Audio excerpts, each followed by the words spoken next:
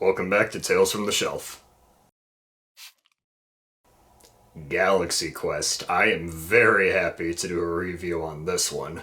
I was actually a bit hesitant to do a review of this movie since it's a fairly well-known one, but I figured it'd still be good to talk about. I wrote an entire paper on this movie in college, so I think it'll be fun to revisit some of the themes I talked about there.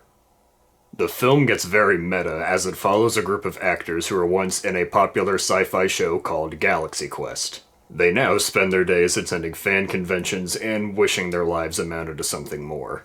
However, a group of aliens saw the show and misinterpreted it for being real-life historical documents, and they half convince, half trick the actors into helping save their species from a ruthless tyrant, with everybody being forced to reprise their television roles in a real, life-or-death space adventure. So, the film is obviously one big parody of Star Trek, as well as other shows with a devoted fan base, though mostly Star Trek. The characters point out nonsensical parts of the show, such as a room full of pistons that serves absolutely no purpose whatsoever, or how characters with just one name that you've never seen before always die a few minutes into the show just to prove the situation is serious. The film begins as a parody and mockery of Star Trek and its fans, but by the end, it becomes a celebration of both. This film saw the power of fandom before anybody else in the industry. I honestly feel like any other depiction of fandom at the time would have been punching down, mocking people for liking something harmless. The fans we see in the movie can be a little obsessive and rowdy, but they're also depicted as respectful and aware that it's just a show. But just because it's fiction doesn't mean they can't be passionate about it. Fans look up to these actors and want to express that the only way they know how. Not always, but sometimes the fans truly know best.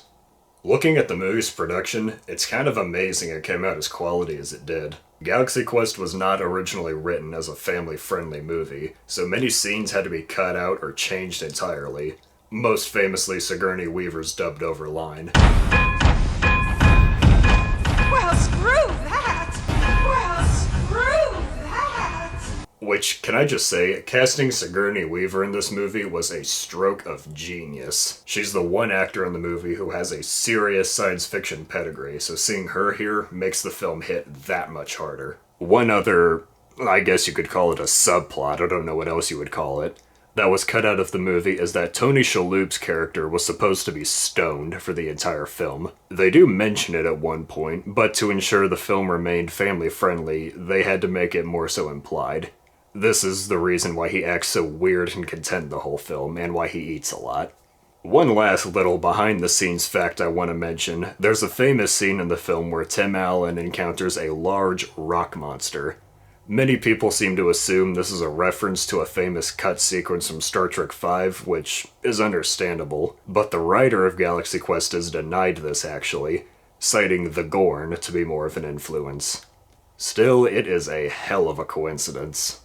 Truth be told, I can talk about Galaxy Quest all day, and it would not do the movie justice. You owe it to yourself to check this movie out and learn about its legacy for yourself. There was an entire documentary made about the movie and its impact, so maybe check that out after watching. So whether you're a lifelong Star Trek fan or you don't have the foggiest idea what a Vulcan is, you are bound to have a good time with Galaxy Quest. So fire that movie up, laugh yourself to death, and have fun celebrating whatever show you'd call yourself a fan of. Never give up, never surrender. Never give up, never surrender. Oh, shut up.